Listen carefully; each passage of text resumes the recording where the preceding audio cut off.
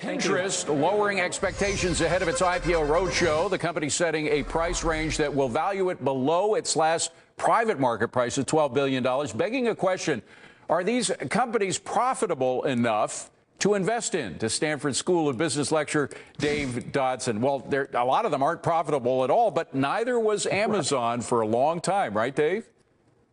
Well, that's right. But the question is this Amazon or is it Groupon or is it Google or is it Blue Apron?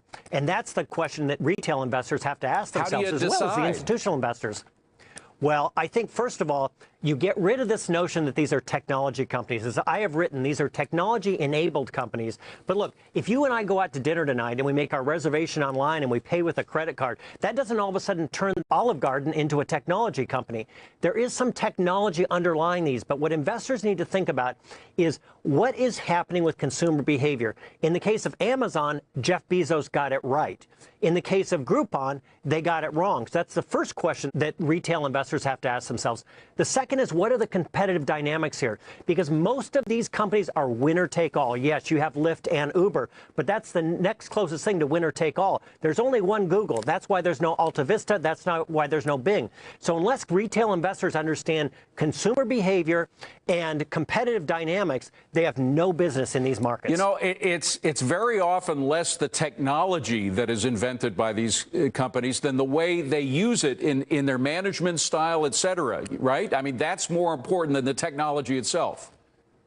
Exactly. I mean, you take Uber. What happens? You go on your phone, you say, this is where I'm at. They go find a ride, and the ride comes, picks you up. That's no different than what happened 12 years ago if I called Yellow Cab. The only difference is that we now have a ride-sharing network. That's where the magic is. And that's what, for example, Jeff Bezos got right, is he said, OK, I think people want to buy things in a different way. So they'll order it online. That's not that new. We're going to put it in a box and give it to UPS. There's no technology around that. But he saw something that other people didn't see, which is why he's the richest man in the United States, even after his divorce. You know who else saw something before it happened was Peter Drucker, who 20 years ago, when the technology revolution was encompassing the world, he said, look, it's not the technology, it's the way it's used in management, in supply chains, et cetera. That's going to be the difference. Exactly. You know, back in the early days of Silicon Valley, when you had Hewlett-Packard and you had Intel and you had Apple and you had Oracle, those were true technology companies where the underlying engineering was critical to their success. The underlying technology for Pinterest or Airbnb or Uber is not that complicated. There's many companies that have more complex technologies. Take JetBlue. I'm getting a plane off the tarmac and back on the tarmac requires a lot more technology than it takes to come pick me up from Uber.